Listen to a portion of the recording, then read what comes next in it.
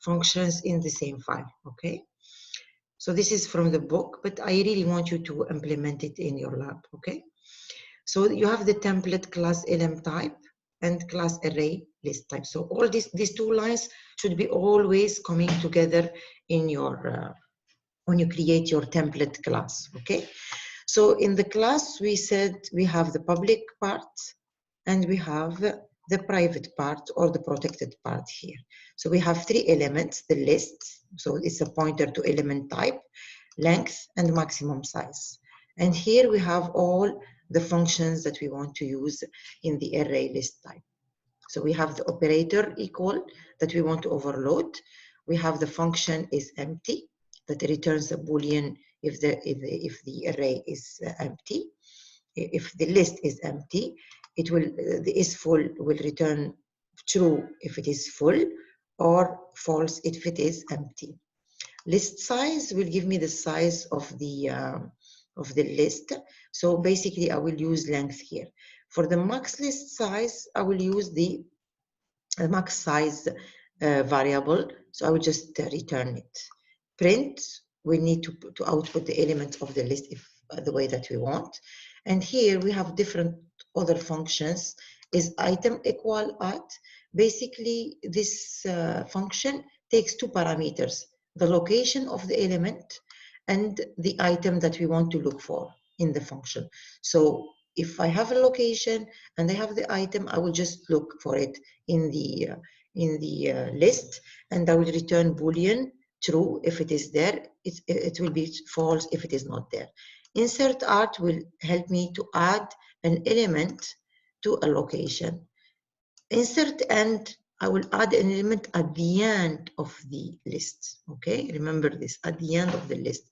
Remove at, I want to remove an element at certain location. Of course, if you remove an element at certain location, you have to be careful that the empty space, you have to move up all the elements that were after it.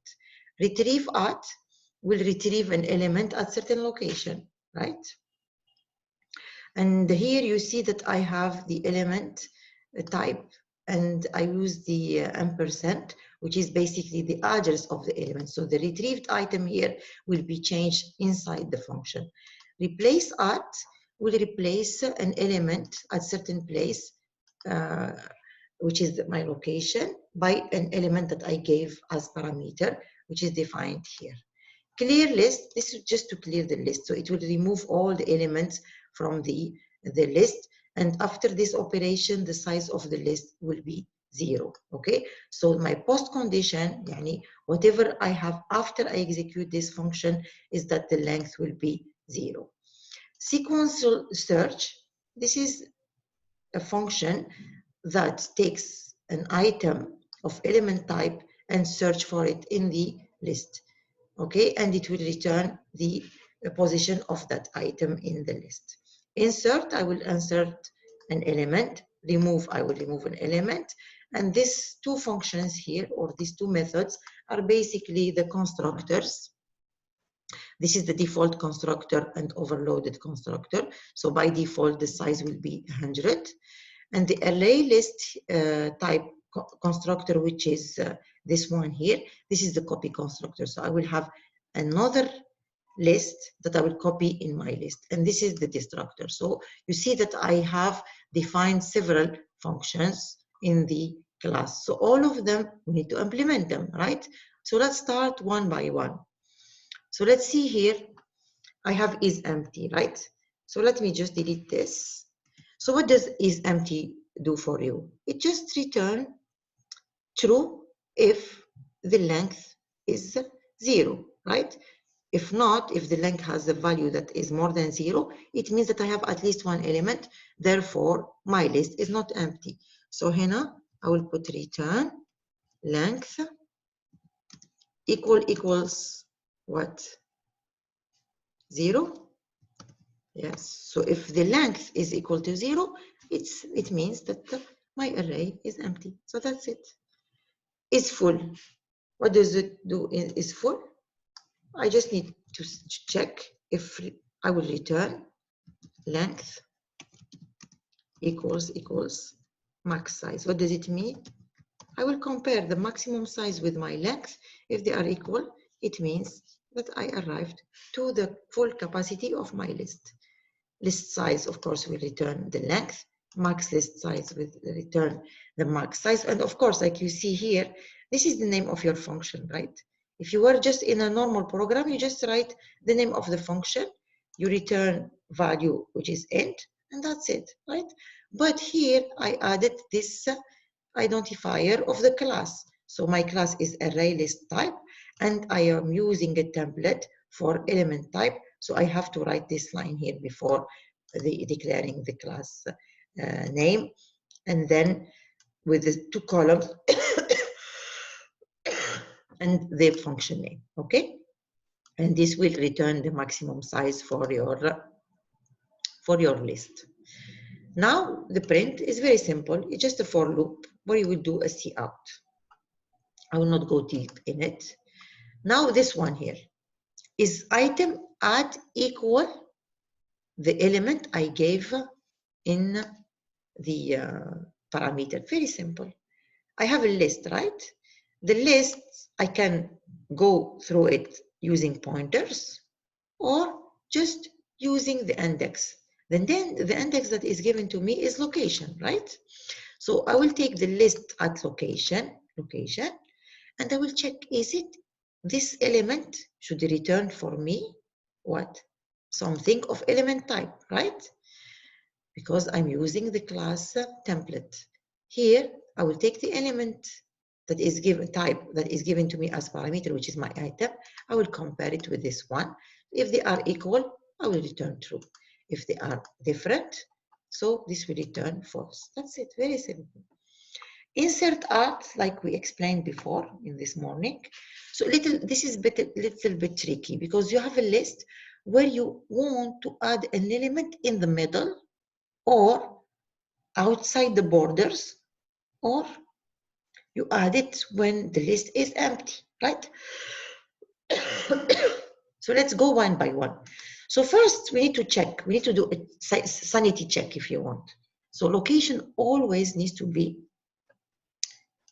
bigger than 0 and less than max size. If it is less than max size, so it's negative, less than 0, which is negative, or greater than max size, so I cannot add anything to the list. So here I will return an error to the user, and I will tell him the position of the item to be inserted is out of range. So you have to be careful. If not, if the length is maximum is greater than the maximum size, my length of the list, so I will tell that the list is already full. I cannot add anything.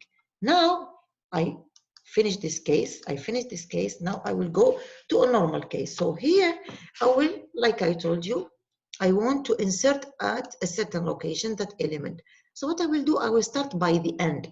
I will start the list of I. So you see here, I start from length. So the last element. So the last element is empty. There is nothing, right? Because we always start from 0 to length, right? So here I will do the opposite. I will do a decrement. Sorry. So list of I, which is my list at the last element, which is my length, will receive list of length minus 1, right? If I started with I equals length. And then I will decrement my R. So my I basically will become I minus 1, like length minus 1. And this one here will be list of I minus 1, right? And I will finish all these elements. So I move them all backward from the end, and I will have in the middle an empty space, so which is my location, and I will add my element. And of course, you don't forget to add 1 to the length because we added 1 element. So when we add an element to the list, we need to increment the length. When we remove an element, we decrement the length, right? Here, for example, remove at is similar, right? So if the location is less than 0 or more than length, it's an error. If not, I will move all my elements, right, from the location, because now it's opposite from the insert. Insert, I started by the length, right? I equals at the end. Here, no, I just start at the location and I move the next element to that location. So it's the opposite of insert. And don't forget that I need to do length minus minus because I removed one element. Okay? Insert at the end, basically, it will add at the end of the list. So here we can add any element at the end of the list if the length is less than maximum size. If it is greater, I will tell that there is an error and I cannot insert in the full list. Here, I am in the best case scenario. So list of length will have the element that I gave as parameter that I want to insert, and I will add one to the length. Okay, so we finished this. So now retrieve at. Retrieve at is basically finding an element at certain location. So I need to return this element, but here I'm using a void. So I'm not returning my element, but I am changing this element here. You see here in the function, this is the case where I want to avoid. And here, this is the best case scenario where I have the element at certain location. I take this list of location and I put it in return element. And here, when I go out of the function, because I gave the ampersand, which is the address of the element, so automatically the element is changed when I go out of the function.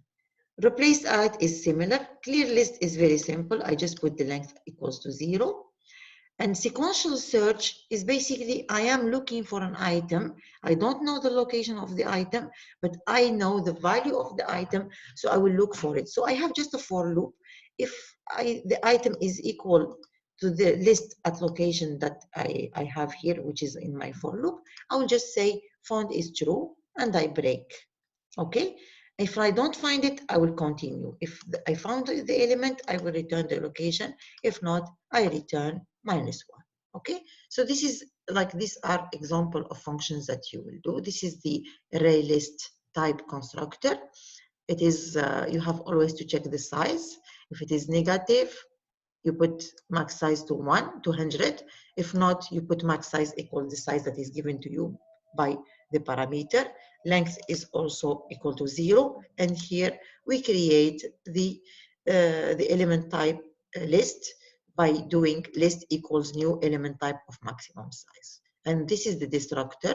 Basically, I will destruct the list. Okay? And this is the copy constructor. Well, I have to copy all the elements. Remember, here we will do a deep copy. We don't do a shallow copy. Okay? And this is the operator assignment, which I overloaded. So here, if you read the book, it tells you you have to be careful. You don't have to copy yourself to yourself. So if it is the case, you have to be careful. If it is different, I will delete the list. I will take the maximum size, I will take the length, I will create a new list, and then I will make sure that the list is not null, and I will copy element by element to the list, and I will return the pointer to this list. That's it. Very simple, right?